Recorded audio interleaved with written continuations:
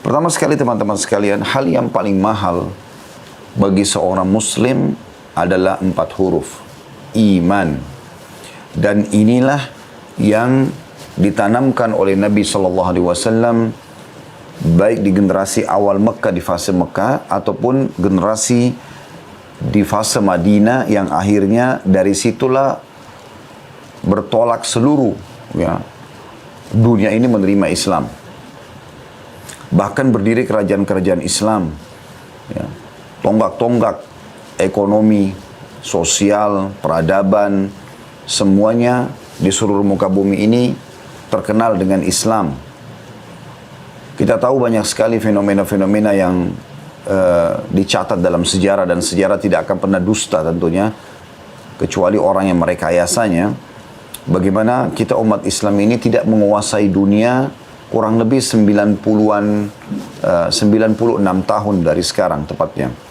Setelah dinasti Utsmaniyah di Turki tahun 1924 berubah menjadi republika dan dihapus secara mutlak syariat-syariat Islam oleh Kemal Atatürk, pada saat itulah umat Islam berada dalam keterpurukan. Sebelumnya kita betul-betul menjadi pemimpin dunia, baik dari sisi militer, baik ekonomi, baik politik, baik sosial. Dan itu kalau kita mau rentet historinya cukup panjang, teman-teman bisa kembali ke ceramah kami di YouTube, judulnya Hiduplah Mulia dengan Islam. Karena di situ saya rentet secara tahun dan segala macam tentang bagaimana sebenarnya kita inilah pemimpin dunia.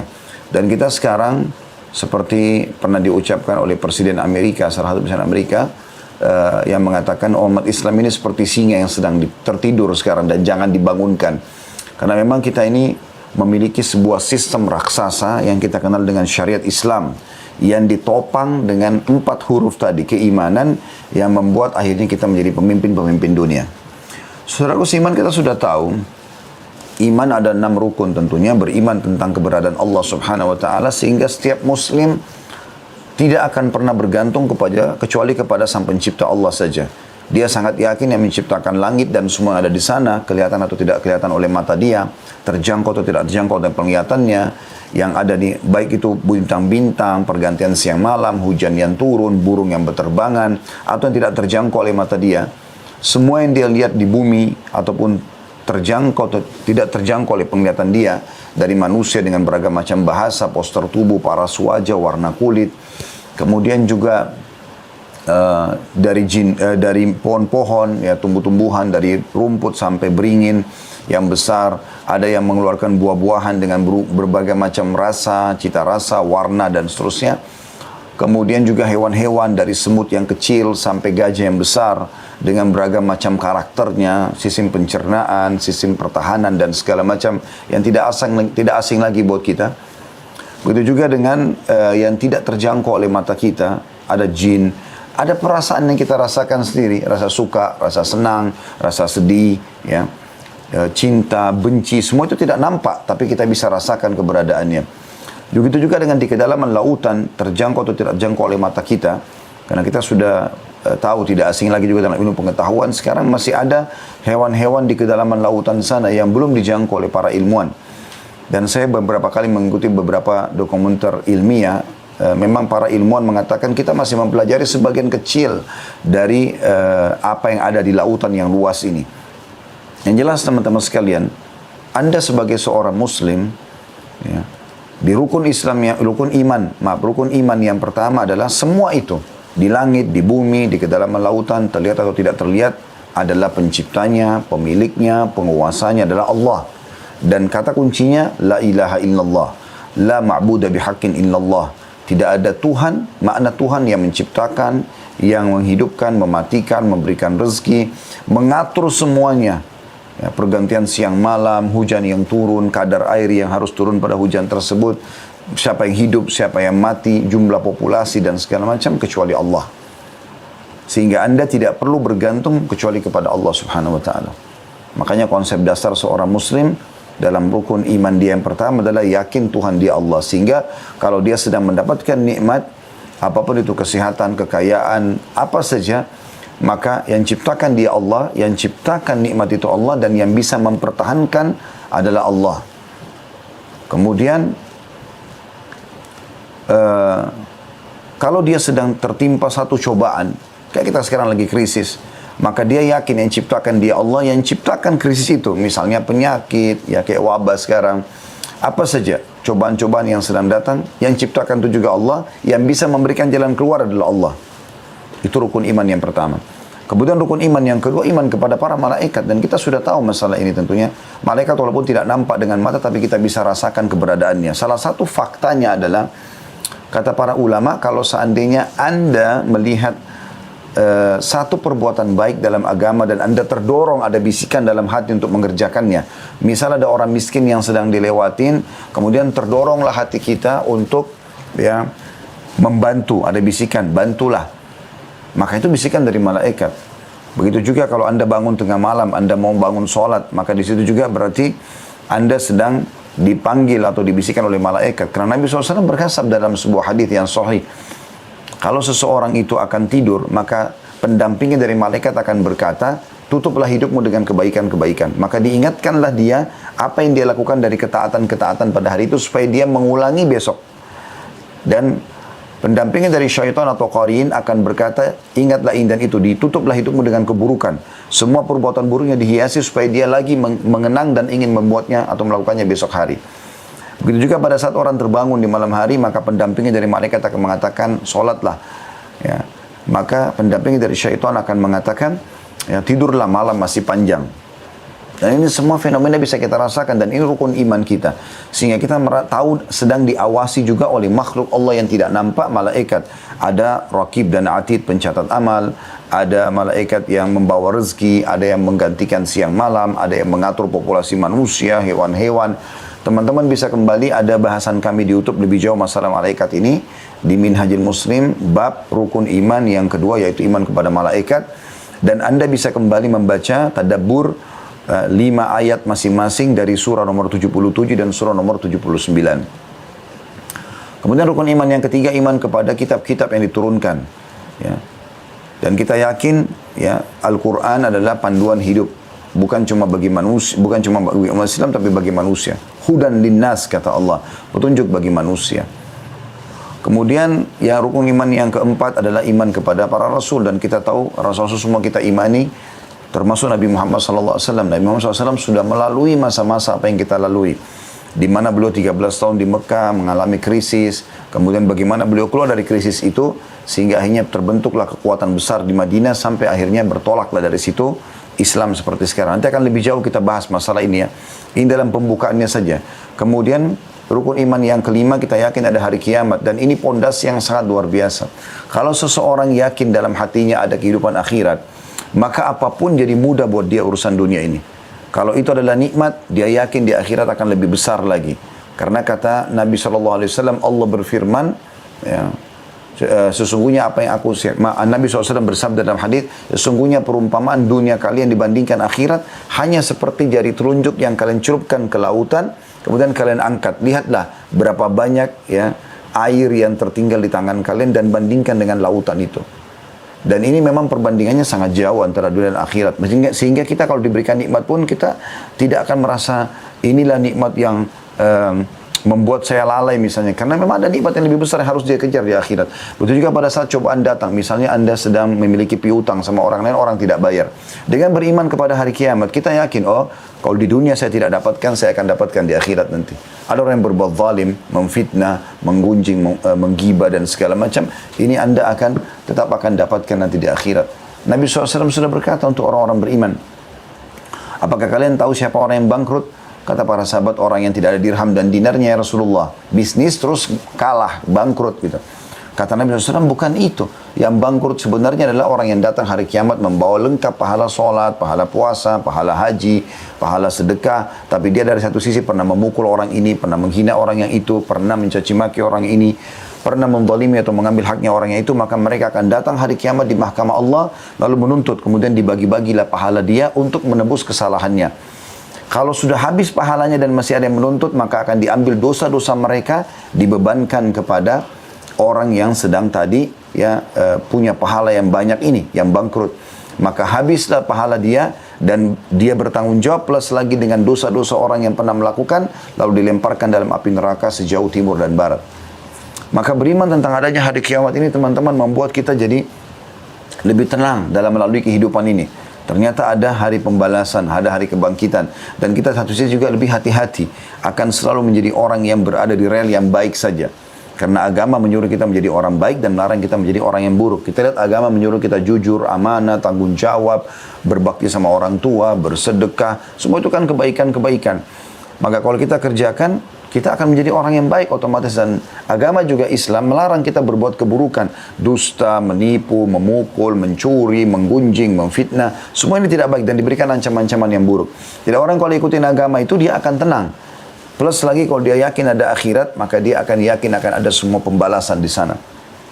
Makanya Abdullah bin Mubarak rahimahullah pernah digibah oleh seseorang, digunjing, diceritakan, dianggap sebuah keburukan. Padahal sebenarnya tidak ada pada beliau itu. Beliau kebetulan baru beli kurma dengan tangkainya, sangat segar, dan pada saat itu dianggap itu kurma paling eksklusif lah ya. Kemudian datang muridnya mengatakan, si fulan sedang membicarakan Anda. Maka beliau langsung membungkus kembali kurma itu lalu mengirim ke rumah orang yang menggunjing dia sambil mengatakan titip pesan pada muridnya. Bilang sama dia, bilang terima kasih dia telah berbagi-bagi pahalanya, maka sebagai balasannya saya balas dengan kurma ini. Penuh keyakinan dia akan panen pahalanya orang tersebut pada hari kiamat. Sehingga hari kiamat membuat orang tenang. Dan yang terakhir rukun iman yang keenam adalah beriman tentang takdir baik dan takdir buruk. Ini poin yang harus kita fahami. Nah, kita teman-teman sekalian akan menitik beratkan di sini. Allah Subhanahu wa taala memang menciptakan segala sesuatu itu berpasang-pasangan. Ada laki-laki dan ada perempuan, ada malam dan ada siang, ada sehat dan ada sakit, ada senang dan ada sedih, ada kecil, ada besar, ada pendek, ada tinggi. Memang begitu, ada kenyang, ada lapar, ada kenyang, ada muda, ada tua. Ya kan? Ini semua berpasang-pasangan. Ada hidup, ada mati, ada dunia, ada akhirat, ada surga dan neraka. Anda kalau memahami dan menjadikan ini sebagai sebuah konsep dalam pemikiran Anda akan akhirnya menangkap, oh ternyata memang sebagaimana saya sehat, satu waktu saya akan sakit. Sebagaimana sekarang saya maju, satu waktu saya akan mundur. Itu biasa. Tetapi Islam datang memberikan solusi di saat kita sedang ya mendapatkan nikmat. Bagaimana atau apa yang harus kita lakukan dan bagaimana pada saat sedang turun. Misalnya kita lagi kenyang seperti apa, kalau kita lapar seperti apa. Juga diberikan panduannya. Kita sekarang akan masuk lebih fokus teman-teman sekalian ke bahasan kita ini. Tadi itu adalah kronologis pembukaannya ya. Saya harap teman-teman merenungi sama-sama sebuah hadis Nabi SAW yang mulia, hadis riwayat Muslim nomor 7692. 692. Hadis ini sudah tidak asing sebenarnya, tapi saya mau teman-teman renungi perkatanya. Karena Nabi SAW sampaikan begini, ajaban li amril mu'min. Sungguh mengagumkan, artinya wajar untuk seseorang itu mempelajari, menekuni, dan bahkan melibatkan dirinya. Ya, karena mengagumkan sekali perkara orang-orang beriman. Nah, di sini kita bicara tentang ya konsep iman orang-orang mukmin, dan orang mukmin ini teman-teman Anda akan dapat predikat mukmin kalau Anda sudah menggabungkan rukun Islam Anda sama rukun iman. Kalau Anda cuman sholat iya, zakat iya, puasa Ramadan iya, haji iya, tapi Allah ada nggak sih? Malaikat catat nggak? Ini tercatat dalam Al-Quran. Nanti saya temukan nggak balasannya hari kiamat? Ini dicontohkan nggak oleh Nabi SAW? Ini berarti masih Muslim. Makanya pernah ada orang Arab Badui, saudaraku seiman, datang ke rumah Nabi, datang ke masjid Nabi SAW, masuk Islam, syahadat dia. Setelah syahadat, dia belajar sedikit tentang agama. Lalu dia keluar dari masjid, dia mengatakan, amanna. Kami sudah beriman. Apa kata Allah SWT? Kullan tu'minu, walakin kulu aslamna. Kalian belum beriman, tapi katakan kami sudah masuk Islam. Jadi orang kalau hanya sekedar menjalankan rukun Islam, belum diikuti dengan keenam rukun iman, masih Muslim. Kalau dia sudah menggabungkan kedua, dia sholat, yakin Allah ada, yakin malaikat mencatat, yakin ini ada perintahnya dalam Al-Quran dan Sunnah, yakin ini juga akan dia terima balasannya pada hari kiamat, dan dia bisa menerima cobaan Allah sebagaimana dia terima juga nikmat Allah berikan, maka dia dikatakan mukmin.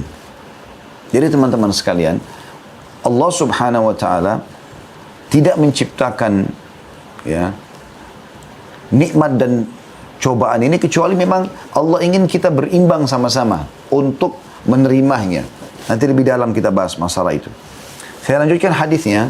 Kata Nabi SAW, ajaban di amril mu'min. Sungguh mengagumkan perkara orang-orang beriman. Memang apa ya Rasulullah? Seperti apa perkara mereka? Inna amrahu kullahu khair. Karena semua kondisi dan keadaannya selalu baik. Selalu sempurna. Seperti apa sih? Apa yang Nabi SAW sampaikan kepada kita? Dengarkan baik-baik perkatanya. Walaysa dzaka li ahadin illa lil mu'min, dan itu tidak akan pernah dimiliki kecuali hanya untuk orang beriman saja. Ini konsep kebahagiaannya. Apa kata Nabi SAW?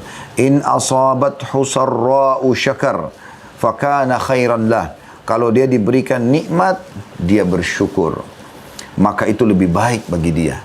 Berarti sudah diajarkan, kalau kau sedang kenyang, kau sedang menikmati biologis yang halal, usahamu sedang maju, anak-anakmu sedang sehat, segala macam hal, nikmat yang sudah kita tahu, maka syukurlah, alhamdulillah. Itu lebih baik bagi kamu, karena nikmat akan ditambah. Lalu selanjutnya, ini jadi saksi bahasan kita di masa krisis ini, wa in asabathu darra'u sabar. Dan kalau dia diberikan cobaan, dia bersabar. Fakana khairan lah. Maka itu akan lebih baik bagi dia. Allah subhanahu wa ta'ala, saudaraku seiman, menginginkan dari kita sebagaimana nikmat sedang ada kita bersyukur, levelnya sejajar dengan kalau cobaan sedang datang, bersabar. Ya, ini poin penting. Ada orang pada saat nikmat sedang datang, dia mau bersyukur. Tapi kalau cobaan datang, dia nggak mau bersabar. Baik, saya akan kerucutkan bahasan kita kedua hal ini. Masalah konsep syukur dan konsep sabar. Karena kalau lagi belum ada pandemi kemarin, kita nikmat lagi melimpah, usaha lagi maju. Kan nikmat berarti lagi banyak. Oke, kita tinggal bersyukur. Sekarang di masa pandemi sekarang, krisis lagi datang. Apa yang harus kita lakukan? Konsep hadis jelas, sabar. Nah, untuk lebih menekankan masalah ini, saya akan jelaskan definisi keduanya. Apa itu syukur, apa itu sabar gitu ya.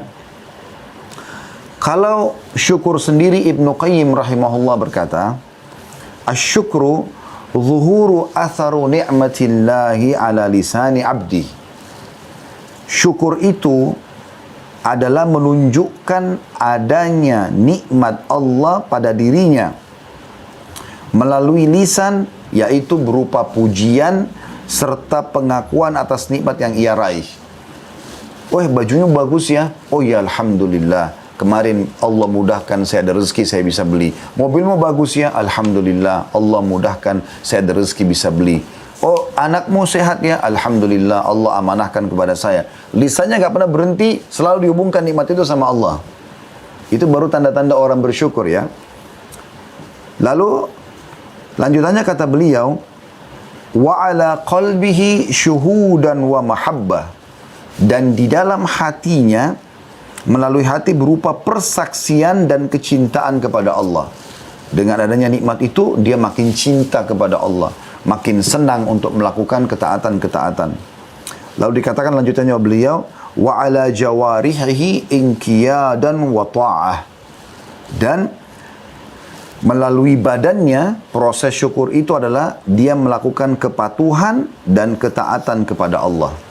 Diambil dari kitab Madarijus Salikin, jilid 2 halaman 244. Ini kurang lebih gambaran tentang masalah sabar. Nanti kan kita rinci satu persatu ya.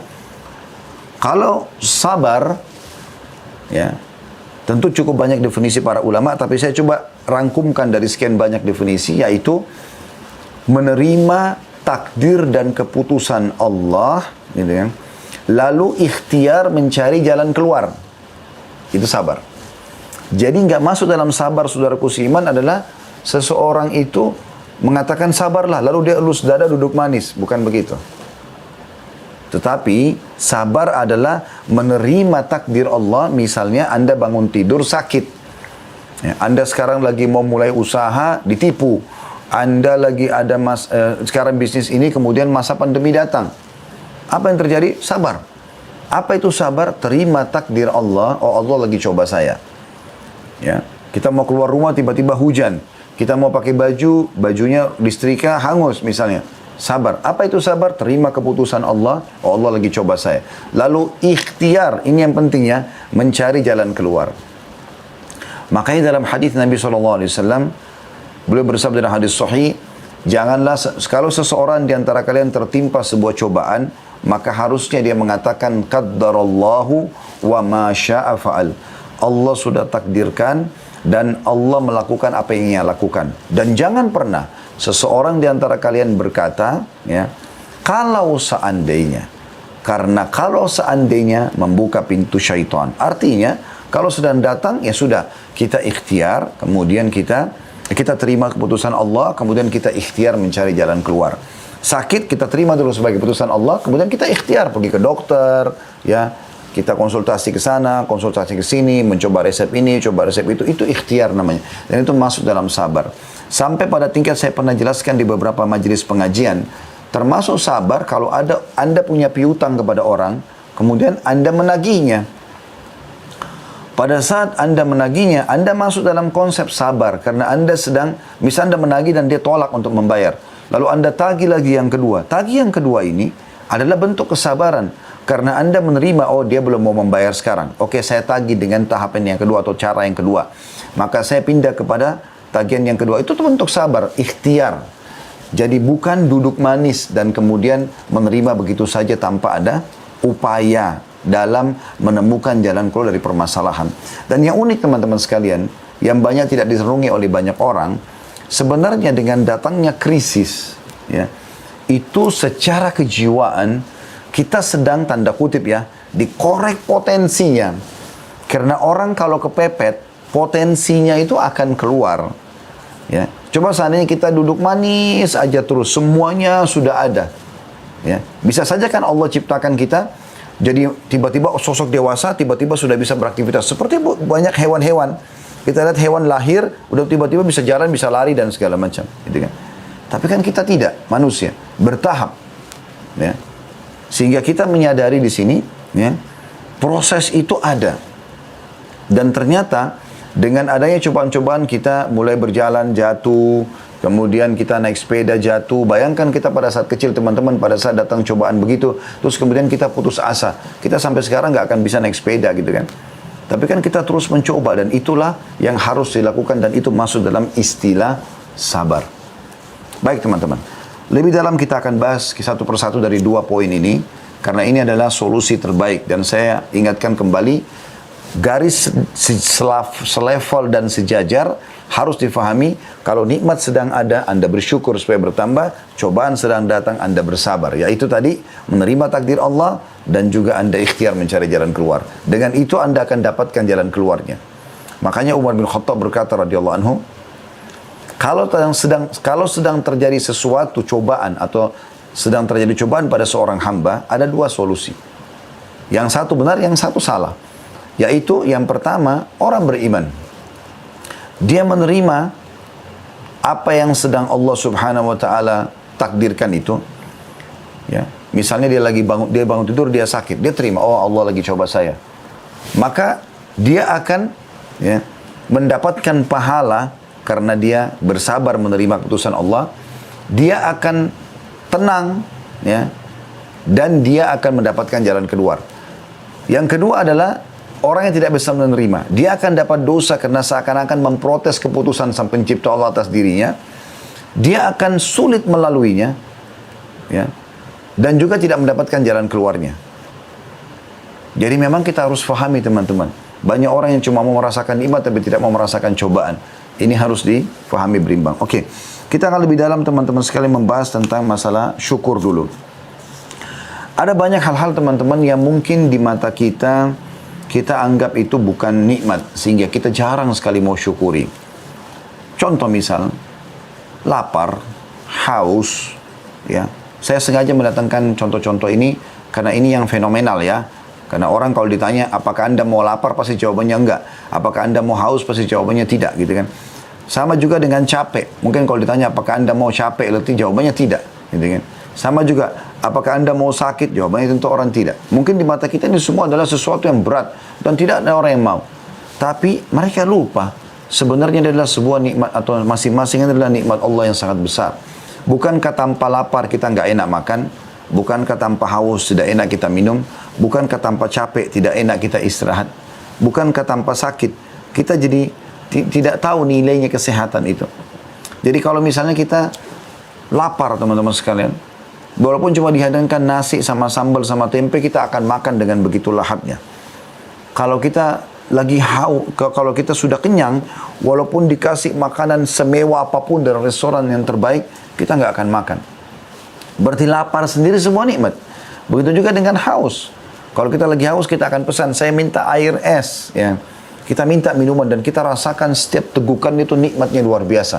Mungkin teman-teman pada saat masa Ramadan kemarin merasakan bagaimana pada saat haus kemudian kita buka puasa. Hari ini juga teman-teman misalnya ada yang melaksanakan puasa sunnah Senin misalnya. Maka pada saat Anda lagi haus sekarang, begitu azan Anda nikmati minuman dingin yang manis, Anda akan rasakan luar biasa. Coba kalau seandainya kita lagi tidak haus, maka ditanya, Pak, Ibu mau minum apa? Apa ya? Dia masih bisa milih. Itu pun bisa cocok, bisa tidak. Itu juga dengan Anda kalau seharian dari pagi sampai malam, tidur aja terus kerjanya. Tidur aja, pokoknya cuman tidur sampai malam. Malam disuruh tidur lagi. Pertanyaannya, apakah Anda akan tidur? Jawabannya tentu tidak. Anda tidak akan tidur malam hari. Kenapa? Karena sudah banyak tidurnya. Coba kalau Anda dari pagi aktivitas sampai maghrib, Anda capek sekali. Atau Anda beraktivitas dengan lembur sampai jam 10, jam 11 malam. Begitu Anda tidur malam hari, walaupun cuma 2-3 jam, nikmatnya luar biasa. Berarti capek itu membawa kita pada nikmatnya tidur itu sendiri. Begitu juga pada saat kita sakit, kita jadi tahu, oh ternyata sehat itu punya nilai ya. Coba kalau kita nggak pernah sakit sama sekali. Seperti itulah. Jadi poin-poin ini harus difahami teman-teman. Syukur itu berterima kasih ya kepada Sang Pencipta Allah. Juga ulama mengatakan ada berterima kasih pada manusia. Jadi dibagi dua. Berterima kasih pada Allah dan berterima kasih pada manusia. Kita akan masuk dulu berterima kasih kepada Allah SWT. Allah ini punya sifat teman-teman syakur. Dengarkan ayatnya. Dalam surah At-Taghabun ayat 17 Allah berfirman, A'udzubillahi minasyaitonirrajim, wallahu syakurun halim. Wallahu syakurun halim. Surah At-Taghabun ayat 17. Artinya Allah itu syakur dan halim. Nah, apa arti syakur? Kita dengarkan Ibnu Katsir rahimahullah berkata, syakur adalah membalas kebaikan yang sedikit dengan ganjaran yang banyak. Diambil dari tafsir Quranul Azim jadi 8 halaman 141. Jadi Allah SWT punya sifat itu, syakur. Allah itu bukan cuma tahu ya menilai kebaikan hambanya, tapi Allah balas dengan kebaikan. Jadi salah satu ciri orang beriman itu teman-teman sekalian adalah kalau dia bersifat atau mengambil sifat Allah yang mulia ini syakur, ya, maka dia akan tahu bagaimana sebenarnya harus membalas sesuatu yang biasa itu dengan yang luar biasa. Banyak orang subhanallah tidak seperti itu. Dia tidak membalas Allah subhanahu wa ta'ala yang telah memberikan dia ke mata. Berapa umur kita sekarang? 40, 50 tahun, 60 tahun. Ya, atau mungkin Anda anggaplah umurnya 20 tahun, 30 tahun. Misalnya kalau ada yang masih adik-adik kita yang ikut dalam acara di medsos kita ini. Maka berapa tahun, sekian puluh tahun Anda pakai mata Anda, hidung Anda, lisan Anda, bibir Anda, kemaluan Anda, tangan Anda, kaki Anda. Apakah itu tidak layak untuk disyukuri? Nikmat yang luar biasa. Coba Anda tutup mata Anda sejenak. Berapa detik saja, detik ini Anda bisa praktekin tutup mata. Renungi kalau begini, Anda tidak bisa melihat. Dan coba Anda buka, tiba-tiba Anda bisa lihat semuanya warna di depan mata Anda. Berapa tahun Anda pakai mata Anda itu? Sudah pernahkah Anda syukuri nikmat itu? Maka kita harus bersyukur dan harus membalas kebaikan-kebaikan Allah subhanahu wa ta'ala ini dengan hal yang lebih baik lagi. Ya. Makanya Nabi Muhammad SAW itu pernah satu malam berkata kepada Aisyah, wahai Aisyah, kebetulan malam beliau, malamnya Aisyah radhiyallahu anha, saya akan bermunajat pada Tuhan saya malam ini. Apakah kau izinkan? Karena malamnya Aisyah. Kata Aisyah, tentu ya Rasulullah. Saya pun suka bermunajat. Maka Nabi SAW pun sholat. Beliau berdiri dari malam habis ba'diyah Isya sampai subuh. Sampai kaki beliau pecah-pecah. Karena lamanya baca ayat sementara berdiri sholat malam gitu. Kita mungkin sekarang sholat malam dengan 1 jam saja sudah lama sekali kita rasakan. Bagaimana dengan Nabi SAW semalam suntuk gitu. Maka Aisyah mengatakan, ya Rasulullah, apakah Anda melakukan ini sementara dosa-dosa Anda yang lalu dan akan datang sudah dimaafkan? Apa kata Nabi SAW? Afala akunu abdan syakura. Tidakkah aku layak menjadi seorang hamba yang bersyukur? Artinya terlalu banyak nikmat Allah yang harus aku syukuri. Ini sesuatu yang kecil yang aku bisa lakukan. Ini contoh saja. Allah punya sifat syakur. Dan Allah juga punya sifat halim. Ya, betul-betul luar biasa pengasihnya, penyayangnya, perhatiannya. Ya. Jadi kalau ada orang yang sedang diuji oleh Allah Subhanahu wa taala lalu dia anggap Allah tidak sayang sama dia, keliru. Sampai Ibnu Qayyim rahimahullah berkata, kalau ada seorang hamba berdoa kepada Allah selama 10 tahun, dia minta agar anaknya disembuhkan penyakitnya, dan ternyata anaknya belum sembuh, lalu dia mengatakan Allah tidak sayang dengan saya atau Allah tidak kabulkan doanya, ini keliru kata beliau. Karena pastikan kalau Allah ya tidak kabulkan, anak itu sudah meninggal. Atau mungkin akan datang yang lebih parah. Tapi Allah kabulkan. Dan Allah pertahankan dengan penyakit itu justru karena bentuk sayang Allah kepada hamba tersebut. Karena kalau Allah sembuhkan anak ini, bisa saja pahala mereka berkurang. Yang tadinya mereka harus panen. Bisa saja anak itu kalau sembuh justru menjadi musibah bagi mereka. Berapa banyak orang yang subhanallah sakit, jantung, menderita, bangkrut justru karena anaknya. Berapa banyak orang yang mengemakan uang haram tanpa dia sadari, lahirlah anak dia, ternyata anaknya ini adalah pembunuh dia, yang akan membunuh dia, akhirnya warisannya diambil. Berapa banyak orang yang menikah dengan seorang wanita, dia pikir itu adalah suatu kelebihan bagi dia, ternyata itu adalah cobaan yang Allah datangkan, yang akhirnya membinasakan dia atau menjadi penyebab hancurnya, gitu kan. Di dalam ayat yang lain, surah Asy-Syura ayat 23, ini kalau tidak salah surah nomor 42 dalam Al-Quran ya. Allah subhanahu wa ta'ala juga mengatakan di akhir ayat, A'udzubillahi minasyaitonirrajim, innallaha ghafurun syakur. Allah itu ghafur dan syakur. Kata Imam At-Tabari, Ibnu Jarir At-Tabari rahimahullah, dalam tafsir At-Tabari jilid 21 ayat 500, halaman 531, beliau berkata, ghafur artinya maha pengampun terhadap semua dosa, walaupun orang itu mengulang-ulanginya. Makanya ada seseorang sahabat mengatakan, ya Rasulullah, bagaimana kalau saya berdosa? Apa yang saya lakukan? Kata Nabi SAW, bertobat dan beristighfarlah. Kata dia, kalau saya ulangi lagi, bertobat dan istighfarlah. Kalau saya ulangi lagi, bertobat dan istighfarlah. Lalu kata Nabi SAW, Tuhan kalian Allah tidak akan bosan dan jenuh sampai kalian bosan dan jenuh. Begitu juga syakur, sifatnya Allah. Ini saksi bahasan kita, yaitu maha pembalas kebaikan, sehingga Allah melipat gandakan balasan hamba tersebut. Jadi kalau teman-teman bersedekah, walaupun hanya dengan 1.000 rupiah, Allah tidak akan balas dengan 1.000 rupiah. Allah akan balas berlipat-lipat ganda. Mungkin dengan 1.000 rupiah itu Allah balas, berikan kepada anda kesehatan 10 tahun. Kebahagiaan, bahkan kenikmatan biologis dan segala macam yang halal tentunya kita bicara. Dalam sekian banyak, dari mana anda tahu? Padahal cuma dengan sedikit amal saleh. Ya. Coba anda praktikin saudaraku seiman dalam keseharian. Anda coba fokus hal-hal yang diwajibkan. Salat 5 waktu on time. Coba ikuti sedikit dengan salat qabliyah dan ba'diyahnya. Sedikit berdoa antara azan dan iqamah. Zikir pagi dan petang dijaga. Coba lihat dalam keseharian itu, bagaimana perubahan sikap pasangan anda. Bagaimana perubahan bakti anak-anak anda. Bagaimana laporan-laporan yang sampai kepada anda dari bawahan anda di perusahaan. Saya yakin akan sangat besar sekali pengaruhnya. Saya berapa kali coba praktikin secara, karena saya paham teori, saya praktikin dalam kehidupan sehari-hari. Subhanallah, saya lihat seharian itu semuanya Allah penuhi. Semuanya Allah mudahkan. Baik muamalah dengan pasangan, baik respon baik dari anak-anak yang menggembirakan, baik laporan-laporan yang positif dari para staf dan bawahan, dan segala macam. Saya berbicara ini karena saya pun praktisi bisnis seperti Bapak Ibu sekalian, tapi tentu mungkin Anda lebih daripada kami, tapi saya berbicara lingkup saya saja. Dan itu ternyata memang terbukti secara fakta lapangan. Syukur juga ini teman-teman adalah sifat para nabi-nabi.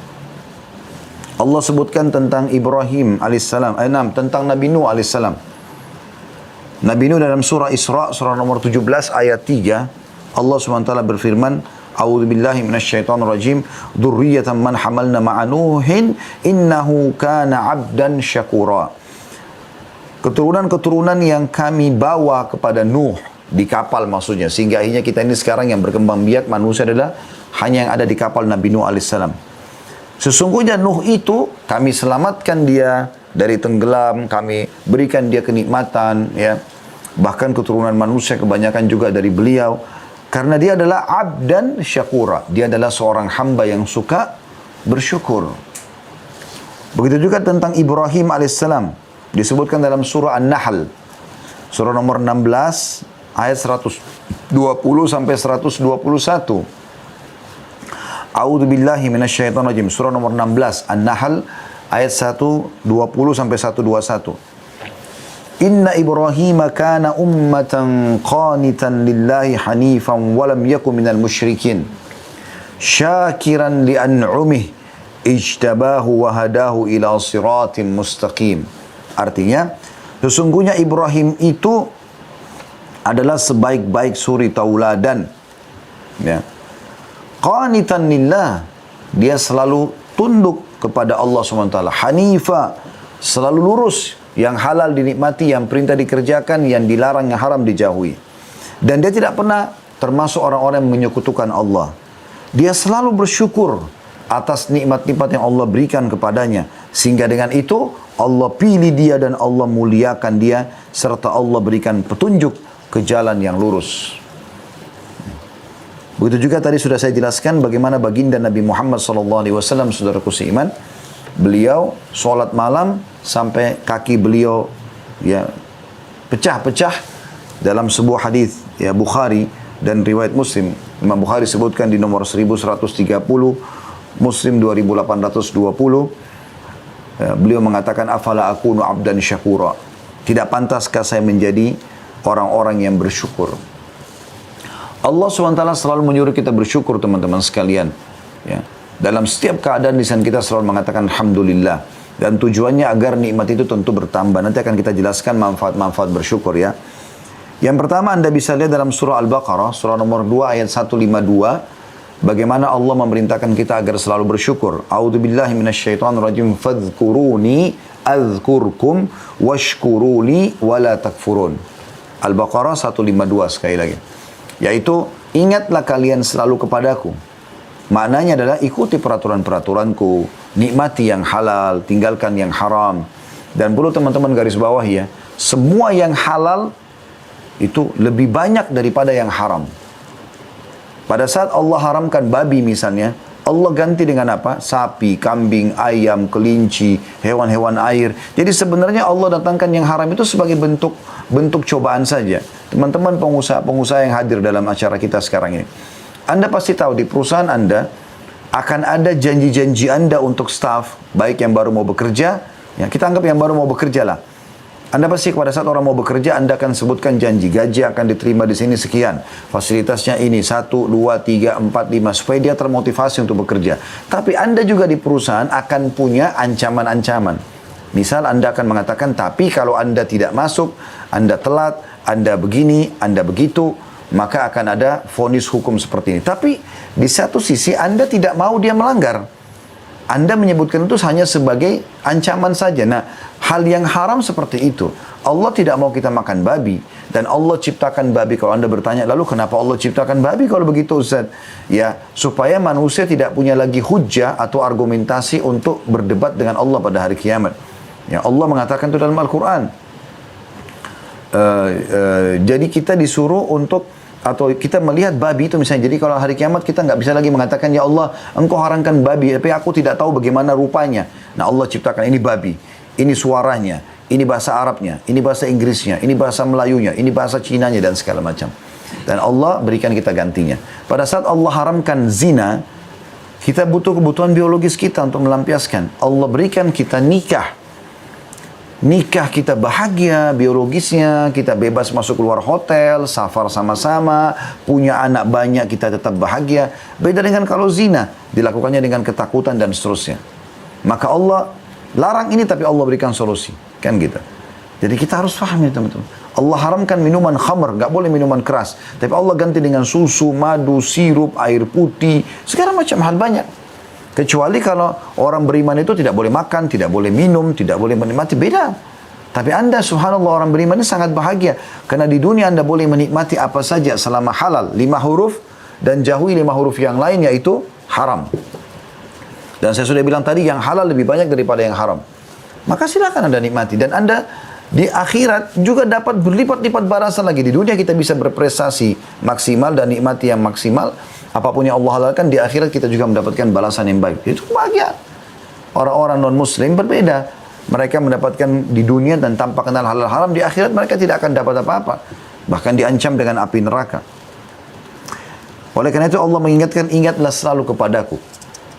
Maka aku akan mengingat kalian dan syukurlah kepadaku, jangan kalian kufur.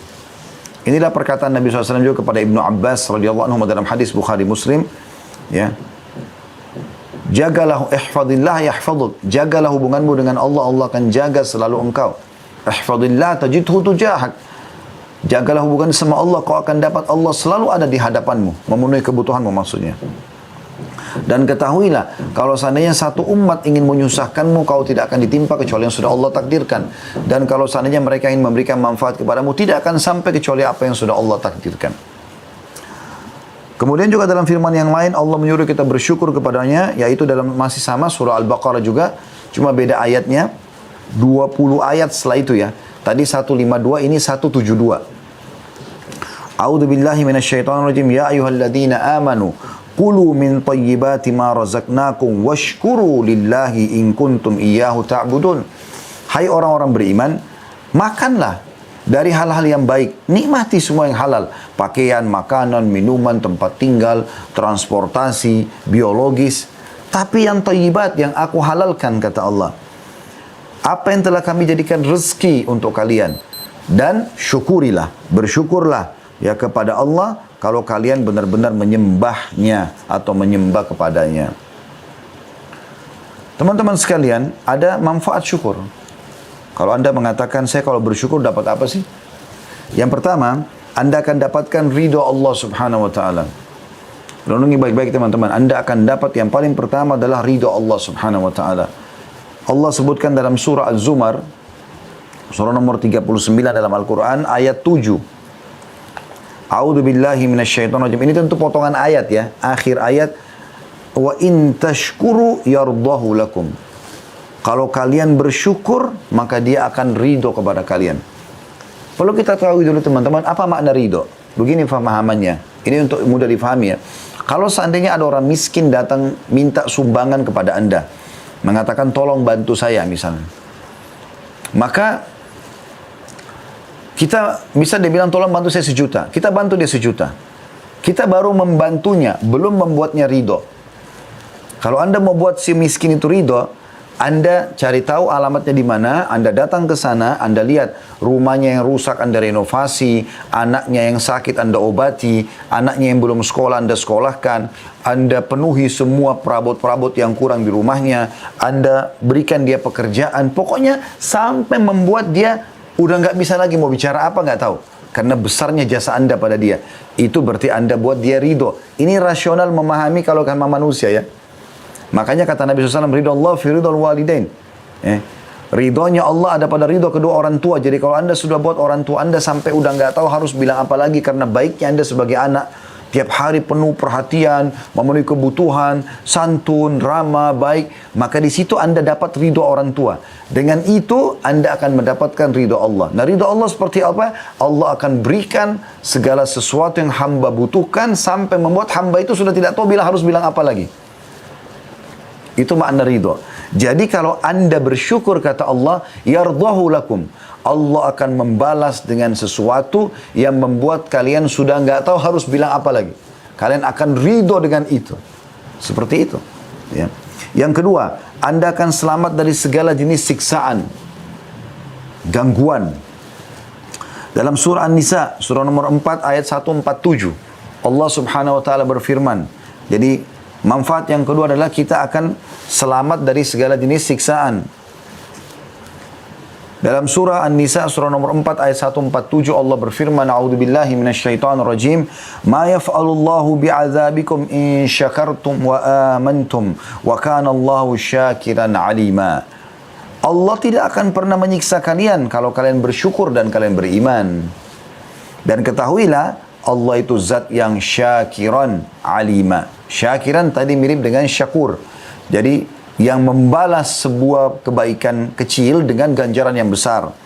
Alima artinya sangat mengetahui semua keadaan gerak-gerik kalian. Itu yang kedua. Yang ketiga, sebab kebahagiaan dunia akhirat. Syukur itu adalah sebab kebahagiaan dunia akhirat. Disebutkan di dalam surah Al-Imran, surah nomor 3 ayat 145. Di akhir ayat Allah berfirman, Al-Imran sekali lagi surah nomor 3 ayat 145. A'udzu billahi minasyaitonir wa sanajjis syakirin. Akhir ayat saksi bahasanya, dan kami akan membalas orang-orang yang suka bersyukur. Kata At-Tabari rahimahullah dalam tafsir beliau, tafsir At-Tabari jilid 7 halaman 263, maksudnya adalah karena bersyukur Allah memberikan kebaikan yang Allah janjikan di akhirat, dan Allah limpahkan rezeki yang banyak baginya di dunia. Jadi akan mendapatkan kebahagiaan karena semua kebutuhan dunianya akan dipenuhi. Juga Allah akan berikan balasan yang melimpah di akhirat. Makanya sebab kebahagiaan dunia dan akhirat. Yang keempat, sebab bertambahnya nikmat. Dan ini kita sayangkan, kebanyakan kita hanya fahamnya poin ini saja. Oh, kalau bersyukur nanti akan ditambah. Benar, tapi itu salah satu manfaat. Tadi sudah kita sebutkan 3 manfaat sebelumnya, gitu kan? Yang keempat yaitu sebab bertambahnya nikmat. Allah SWT berfirman dalam surah Ibrahim, surah nomor 14 ayat 7. A'udzu billahi minasyaitonir rajim. Wa idh ta'adzana rabbukum la in syakartum la azidannakum wa la in kafartum inna 'adzabi lasyadid. Ingatlah ketika Tuhanmu hai Muhammad menyerukan, kalau kalian bersyukur maka pasti aku akan tambah. Dan kalau kalian kufur, azabku sangat pedih.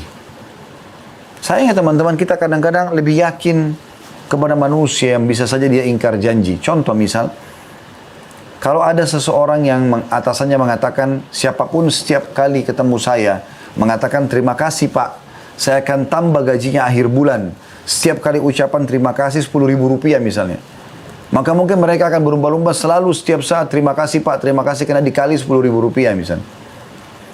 Mungkin itu rasionalis saja. Allah SWT memastikan pencipta langit dan bumi yang memberikan anda ruh, memudahkan anda bisa bernafas, memudahkan mata anda menangkap cahaya sehingga bisa melihat, membuat kuping anda bisa mendengar, tangan anda bisa menjamah, kaki anda bisa melangkah. Semua fungsi anggota tubuh ini bisa berjalan. Itu menjanjikan la in syakartum, kalau kalian bilang alhamdulillah, syukur, saya pasti akan tambah. Dan kalau kalian kufur, justru mana ini, nggak ada dan seterusnya nikmat Allah. Pertama atau sering kali kita ketemu orang seperti ini, kalau yang tidak syukur maksudnya, setiap kali ketemu dari awal ketemu sampai akhir kita berpisah selalu keluhan. Istri saya begini, suami saya begini, mobil saya begini, rumah saya begini. Tidak ada satupun nikmat Allah yang dia akui. Ini kata Allah, wala in kafartum inna adzabi lasyadid. Kalau kalian kufuri nikmat itu, seakan-akan Allah tidak berikan apa-apa, maka azabku sangat pedih. Yang kelima, tentram jiwa dan jauh dari penyakit hati. Ini kalau orang bersyukur. Karena kalau dia selalu bersyukur atas kendaraan yang Allah berikan, rumah yang Allah berikan, pasangan yang Allah berikan, keturunan yang Allah berikan, paras wajah, postur tubuh, rambut, dan segala macam hal, maka dia akan tentram secara kejiwaan. Yang membuat orang tidak tentram kan karena dia tidak bersyukur. Dia selalu saja tamak dengan apa yang ada di tangan orang lain. Ini nggak boleh. Nabi Muhammad SAW bersabda dalam hadis riwayat Ibnu Majah, di nomor 3417 ya. Kata Nabi SAW, kun wari'an takun a'badan nas. Jadilah kamu wari'. Wari' itu adalah orang yang selalu patuh kepada Allah. Kurang lebih begitu maknanya. Tunduk dan patuh kepada hukum Allah, mengerjakan perintah, meninggalkan larangan, maka kau akan menjadi orang manusia yang paling penyembah kepada Allah. Wa kun qani'an takun ashkaran nas. Dan jadikan dirimu qani'an, artinya merasa cukup bersyukur kepada Allah, maka kau akan termasuk atau menjadi manusia yang paling bersyukur. Ciri-ciri orang yang bersyukur teman-teman sekalian, tadi itu 5 manfaat daripada syukur ya. Ciri-ciri orang bersyukur adalah lisannya selalu memuji Allah. Alhamdulillah, Alhamdulillah, Alhamdulillah. Setiap kita ketemu, gimana kabar? Alhamdulillah. Kemarin bukan sakit, Alhamdulillah. Allah coba saya. Alhamdulillah semuanya. Kemudian yang kedua, dia tunduk dan patuh dengan menerima itu. cobaan yang sedang ada dan syukur yang nikmat yang sedang ada ini dari Allah Subhanahu wa taala. Jadi hatinya, oh ya Allah sedang memberikan saya.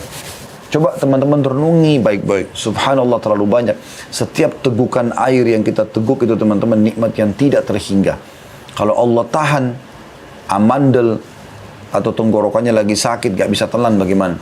Lidah kita bisa membedakan mana manis, mana pahit, mana pedas, mana asam waktu seketika. Sebuah nikmat kalau Allah buat lidah kita lagi pahit, lagi gak bisa merasakan apa-apa, hilang. Padahal cuma ujung lidah. Hidung kita bisa bedain mana bau busuk, mana bau wangi yang seketika. Bagaimana kalau Allah hilangkan itu? Seperti biasa, maaf, hidung kita kalau lagi buntu flu, kita nggak bisa bedain. Nggak ada baunya, kita nggak tahu. Sekarang kita bisa bedain seketika, oh ini wangi, oh ini busuk. Telinga kita bisa bedain mana intonasi suara yang besar, mana suara yang kecil. Tangan kita bisa membedakan, meraba ini bahan kasar atau bahan halus. Dan seterusnya. Nikmat Allah melimpah teman-teman sekalian. Akui dengan hati anda itu. Dan syukuri dengan lisan anda. Yang ketiga, berbuat amal dengan fisik. Ya, bersedekah, sujud syukur, ini anda harus lakukan. Ya. Selalu kita berbagi dengan orang lain. Saya ingin berbagi sesama pengusaha teman-teman sekalian. Saya bicara di posisi sini sebagai pengusaha, tapi alhamdulillah saya hubungkan dengan teori agama. Kalau anda mau grafik usaha anda terus maju, naik dia. Turun itu hanya sekedar untuk loncat ke tingkatannya lebih tinggi malah. Kita terapkan dalam hidup kita dan memang konsep Islam, bukan konsep kapitalis. Konsep Islam, selain kita bicara masalah syukur ya, untuk memperbanyak harta, sedekah. Sedekah itu apa? Keluarin duit, keluarin harta. Kapitalis mengatakan, pangkal kaya menabung. Pertanyaan sederhana. Ketemu nggak antara konsep Islam sama kapitalis? Yang satu mengatakan keluarkan, kau akan kaya. Yang satu mengatakan simpan, kau akan kaya. Jelas jawabannya tidak. Nabi SAW bersabda dalam hadis riwayat Bukhari, Allah SWT berfirman, ya ibna Adam, anfik alaik. Wahai anak Adam, berinfak di jalanku, aku akan berinfak kepadamu. Jadi makin kita keluarkan, maka makin banyak yang datang. Kapitalis mengatakan menabung kau akan kaya. Nggak bisa ketemu ini. Sampai seseorang antara kita saking luar biasa pengaruhnya sistem kapitalis pada kita ini, sampai kita terpengaruh ke dalam-dalam sampai kepada keturunan kita sekaligus. Terbukti anak-anak kita selalu kita belikan celengan. Apa yang kita suruh? Nabung nak. Kalau kita suruh nabung teman-teman sekalian, bukan kita suruh sedekah, maka yang muncul di benak dia adalah kekikiran. Terbukti setelah dia mulai nabung celengannya, kakaknya aja sentuh dia marah. Bahkan orang tuanya ambil celengannya cuma mau pindahin, ibu ayah mau dibawa kemana? Anda lahirkan konsep kekikiran padanya. Padahal bakhil itu disepakati oleh ulama termasuk bagian daripada dosa besar. Gak boleh kita bakhil, kita harus dermawan. Kan itu. Kalau yang benar adalah anda kasih uang jajan sekolah anak anda, insya Allah pada saat selesai pandemi, anak-anak anda sekolah anda kasih uang jajan misalnya, maka sampaikan, nak, nanti di waktu istirahat, cari temanmu yang tidak mampu, bayarkan. Traktir ya, ajar sedekah. Anda kalau pernah dengar cerita sahabat yang mulia Sa'ad ibn Ubadah radhiyallahu anhu. Ini orang terkayanya Madinah. Ya, dari penduduk asli Madinah. Tentu yang dari asli Mekah ada datang Abdurrahman ibn Auf, ada Utsman bin Affan, ada Abu Bakar, orang-orang kaya juga. Tapi orang terkayanya Madinah namanya Sa'ad ibn Ubadah radhiyallahu anhu. Dia yang anda kalau masih ingat kisah waktu pertama sekali muhajirin tiba di Madinah, Nabi persaudarakan dia dengan Abdurrahman ibn Auf. Yang dia tawarkan, hai Abdurrahman, setengah kebun kurma Madinah punya saya mau bagi dua dengan kau. Saya punya 2 orang istri, kamu lihat salah satunya mana kau suka, saya ceraikan setelah iddah kau boleh nikahi. Setengah kebun kurma, ini orang terkenal sekali dengan sedekahnya.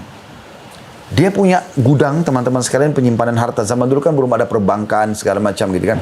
Dia taruh satu gudang besar untuk taruh seluruh harta di sana. Emas, perak, segala macam. Dia punya anak laki-laki namanya Qais. Qais terkenal sekali juga dengan dermawan. Ayahnya memang latih begitu. Apa yang dilakukan oleh keduanya? Saat bilang begini sama anaknya, hai Qais, hai anakku, ini gudang hartanya ayah. Ayah mau kau tiap hari sedekahkan. Anda boleh baca kisahnya. Dan anda bisa kembali ke ceramah kami, kalau kembali ke YouTube di Khalid Basalamah Official, masuk ke playlist, cari serial sahabat Sa'ad ibn Ubadah atau Qais ibn Sa'ad ibn Ubadah. Insya Allah dua-duanya mudah-mudahan saya sudah bahas, tapi Sa'ad ibn Ubadah sudah saya bahas jelas. Dia bilang, anakku ini adalah gudang hartanya ayah, Sedekahkan. Jadi tiap hari ayah sama anak ini bersaing bersedekah. Bahkan mereka naik ke atas rumah mereka, setiap hari mereka teriak-teriak, wahai muslimin, siapa yang butuh utang datanglah, siapa yang butuh kebutuhan pokok datanglah. Setiap hari sedekah. Subhanallah, gudangnya nggak pernah kosong. Ini teori teman-teman sekalian, pasti demi Allah benar. Syaitan yang membuat Anda takut. Oh, kalau saya keluarkan berarti berkurang di rekening saya. Ini kebodohan, ini kapitalis, harus dilawan. Karena Nabi SAW mengatakan, hai anak Adam, berinfak, aku akan berikan kepadamu. Dan Allah mengatakan dalam ayat yang lain, a'udzubillahi minasyaitonirrajim, man ja'a bil hasanati falahu asyru amsalihha.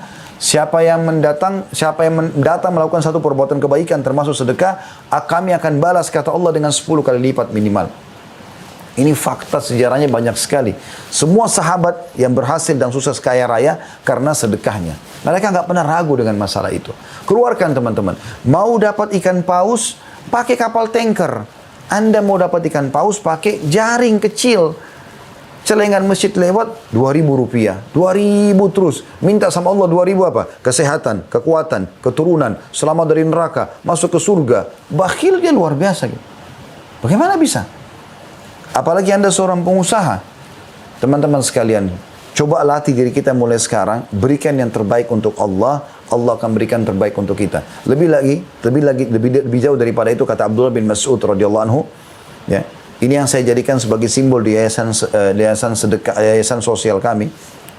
Itu kata beliau, siapa di antara kalian yang mampu meletakkan hartanya di langit, letakkanlah, karena tidak akan pernah dijangkau oleh tangan pencuri dan juga rayap. Ya. Sedekahkan, keluarkan. Seorang pengusaha sukses dari Turki zaman dulu, nih kisah klasik di zaman Utsmaniyah dulu, dia pernah melihat atau berkumpul sama teman-temannya pengusaha, mungkin kayak Anda sekarang ini, berkumpul para pengusaha. Kemudian teman-temannya semua punya sistem mirip seperti kayak kapitalis. Mereka setiap ada keuntungan taruh, nabung terus. Berhasil jalan pekerjaannya, tapi yang satu ini enggak. Setiap ada keuntungannya dia selalu sedekahkan. Subhanallah, dia sangat maju pesat, gitu kan? Usahanya jalan. Tapi teman-teman sempat bilang, cuman kau tidak punya tabungan, gak kayak kami. Kau tidak sayang pada hartamu. Apa jawaban dia? Renung ini. Dia mengatakan begini, ya sebenarnya tidak sayang harta itu kalian, bukan saya. Saya justru sayang sekali harta saya. Saking saya sayangnya, sampai saya bawa harta itu ke sana. Maksudnya ke akhirat. Saya sedekah ini tuh saya bawa ke sana. Kalau kalian nanti meninggal sudah dibagi jadi warisan. Coba teman-teman praktekin teori ini. Kalau Anda biasa sedekah 100.000, coba pindah ke 1 juta. Kalau biasa 1 juta, Anda pindah ke 10 juta. Sudah 10 juta, pindah ke 100 juta. Sudah 100 juta, pindah ke 1 miliar. Pindah ke 10 miliar. Pindah makin besar, makin bagus. Makin besar Anda keluarkan sedekah itu, demi Allah makin besar juga yang akan datang dari Allah Subhanahu wa Ta'ala. Anda coba praktekin ini. Abdurrahman ibn Auf radhiyallahu anhu pernah kedatangan 1 peti keuntungan emas. Dia gelisah, nggak bisa tidur. Istrinya tanya, kenapa wahai Abdurrahman? Dia bilang, saya belum pernah kedatangan keuntungan sebanyak ini. Lalu kata istrinya, apa yang kau akan lakukan? Dia bilang, saya gelisah, saya mau sedekahkan. Kata istrinya, baiklah. Sama-sama mereka suami istri malam itu membungkus harta disedekahin sampai pagi. Begitu selesai pagi hari mereka lega karena nggak ada uang ditaruh di rumahnya. Karena sedekah di jalan Allah gitu. Besok datang keuntungan 2 peti. Mereka sedekahin semua, lusa datang 3 peti. Begitu terus makin kaya Abdurrahman bin Auf karena sedekahnya. Ini sudah ya firman Allah Subhanahu wa taala, "Wa ma anfaqtum min syai'in fa huwa yukhlifu." Apa yang kalian infakkan pasti Allah akan ganti. Dan juga sabda Nabi SAW tadi ya. Jelas sekali sabda Nabi SAW, ya ibn Adam anfiq unfiq alaik, wahai anak Adam berinfaklah maka aku akan berinfak kepadamu, ya. Saya selalu menyarankan teman-teman, ini bukan tulisan saya ya, tapi saya selalu menyarankan agar teman-teman baca dan beli buku ini. Keajaiban sedekah dan istighfar, luar biasa gitu. Ya, Allah memberikan taufik kepada orang ini. Dan ini sudah sering saya bacakan sebenarnya buku ini, tapi saya ingatkan kembali beberapa pendapat salafus salih. Kata Umar radhiyallahu anhu, sesungguhnya amal itu saling berbangga-bangga diri. Lalu sedekah berkata, saya adalah yang paling baik di antara kalian. Abdul Aziz bin Umair berkata, rahimahullah, salat itu akan menyampaikan dirimu setengah perjalanan. Puasa akan menyampaikan dirimu ke pintu sang raja, Allah Subhanahu wa taala. Sedangkan sedekah menyampaikan dirimu ke hadapan raja tersebut. Ibnu Abi Ja'ad berkata, rahimahullah, sesungguhnya sedekah itu benar-benar menghilangkan 70 pintu keburukan. Yahya bin Mu'ad berkata, tidaklah saya mengetahui satu biji yang mengimbangi gunung dalam balasan kecuali sedekah. Bahkan Asy-Syubi lebih jauh mengatakan, siapa yang menganggap dirinya, siapa yang tidak memperlihatkan kalau dia lebih butuh kepada orang fakir yang menerima sedekahnya daripada orang fakir kepada dia, dia telah menghancurkan sedekahnya. Al-Laits ibn Sa'ad berkata, barang siapa yang telah mengambil dariku suatu sedekah atau hadiah, maka hak dirinya atas diriku adalah lebih besar daripada hak diriku atas dirinya, karena dia telah menerima apa yang telah aku korbankan kepada Allah. Al-Fudail bin Iyad berkata rahimahullah, kepada seseorang yang menerima sedekah, mereka membawa perbekalan-perbekalan kita menuju akhirat tanpa upah sedikit pun, hingga mereka meletakkan di atas timbangan di hadapan Allah. Ali bin Abi Thalib berkata radhiyallahu anhu, barang siapa yang telah diberikan suatu harta oleh Allah, maka hendaklah ia menyambung kekerabatan dengannya, bantu kerabat-kerabatnya, memperindah jamuan untuk tamunya, menolong seseorang yang membutuhkan, membebaskan tawanan, membantu ibnu sabil, orang terputus jalan, orang-orang fakir dan miskin, para musyahidin, dan dia bersabar atas musibah yang menimpa hartanya. Akan ada orang utang nggak bayar, itu semua orang lalui teman-teman. Bukan cuma Anda pribadi.